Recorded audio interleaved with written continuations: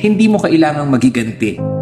Tandaan mo, ang bulok na prutas, kusang babagsak. Nanlalamig na ba sa'yo yung jowa mo? Nawawalan na ba siya ng tiwala sa'yo? Iparamdam mo kasi na siya ang baby mo. Bigyan mo ng pampers. Agay! Galing yan. Alam mo, ikaw ang susi ng puso ko. Oh, talaga? Sining kasama mo kanina? Duplicate.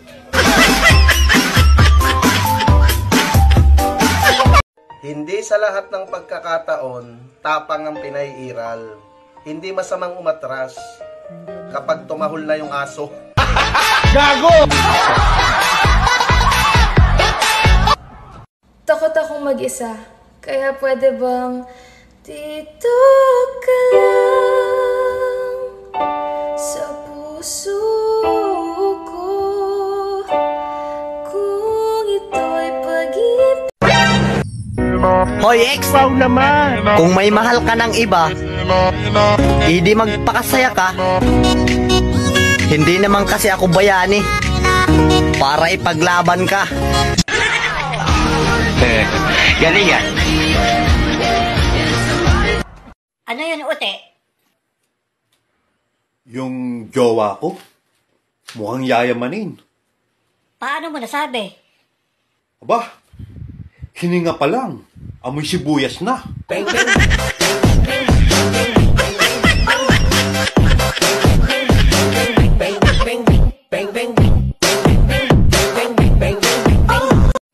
May mga babae talaga na yung mukha pang Hollywood, pero yung dibdib, plywood.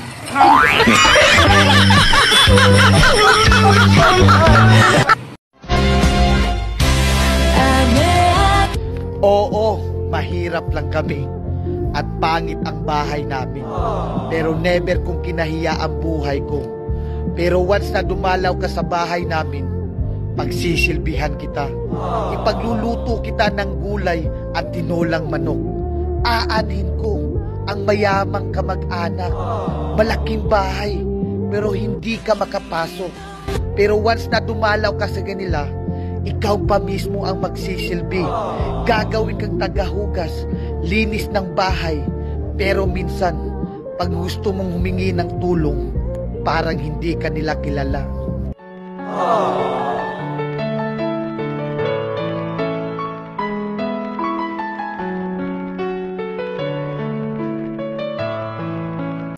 Kahit sobrang lakas ng immune system mo, kapag wala kang pera, manghihina ka talaga.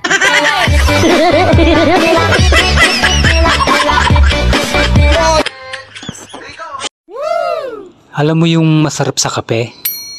Yung sakto lang. Wow! Walang labis, ikaw lang ang kulang.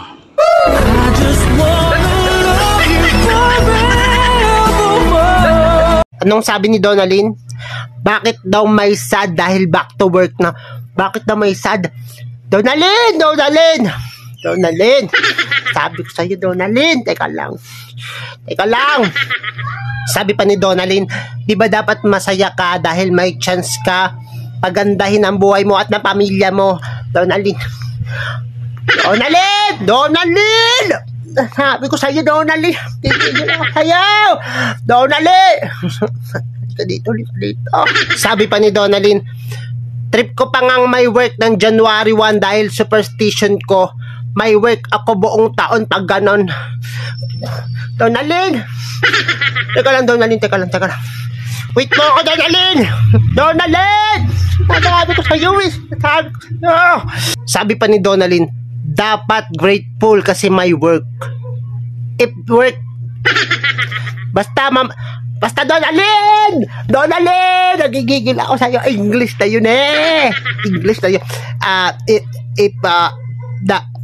if works makes you unhappy, I hope you find a job that will make. Basta yun, English na Donalyn.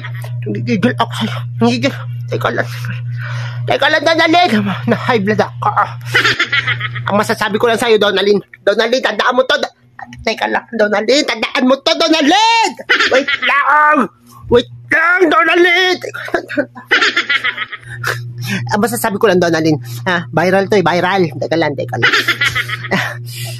Yung may karapatan tayong malungkot. May karapatan tayong malungkot. Kapag pasok ka na bukas, may karapatan na lungkot. Sabi ko sa'yo, Don Alin. Sabi ko sa'yo. Nagigil ako Don Alin. Tapos yung ungrateful. Ano ba Tagalog ng ungrateful? Teka lang.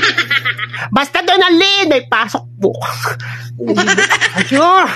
Teka lang. O sige, Don Alin, may pasok bukas. Sige, dapat masaya ako. May pasok bukas. Hey! Grateful. I have to be grateful. Sa'yo, Don Alin. Okay na, Don Alin. Masaya na ako, ha? Nasabi ko sa'yo, Don Alin. Nasabi ko sa'yo. Masaya, may pasok bukas. Grateful. Yee-ho! Ha-ha! I don't want to be ungrateful. Don Alin. Basta yun lang. Ang masasabi ko sa inyong lahat, walang away-away, bati-bati tayo! Don Alin. Masabi ko sa'yo, Don Alin. Yun lang. Huwag mo na panoorin ito. Walang kwenta itong video na ito. Huwag mo na panoorin. Ayun. Don Alin.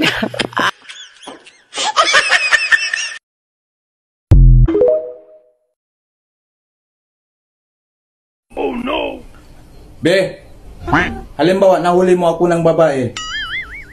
Mahalin mo pa rin ba ako? Oo naman. Gusto mo, bigyan pa kita ng bulaklak eh. Bigyan mo pa ako ng bulaklak? Bakit kailangan pabigyan mo ako ng bulaklak? Para sa libingan mo. Gago! Ngunit ayaw pa ng puso. Gusto ko na bumitaw. Ng pag-asa pang siguro. Mukhang yayamanin. Paano mo nasabi? Aba, hininga pa lang. Amoy sibuyas na.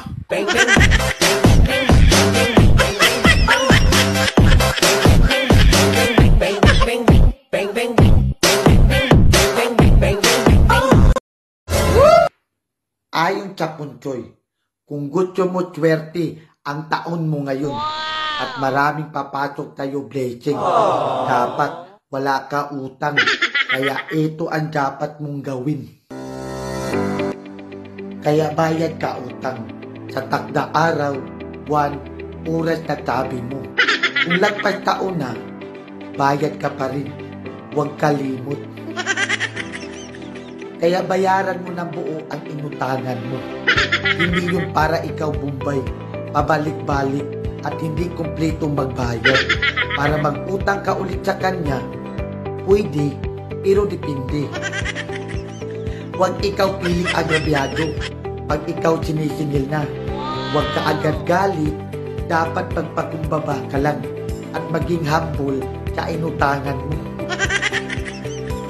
Huwag ikaw hintay na singilin pa na may utang ka. At huwag mo rin i-unfriend ang nagpautang.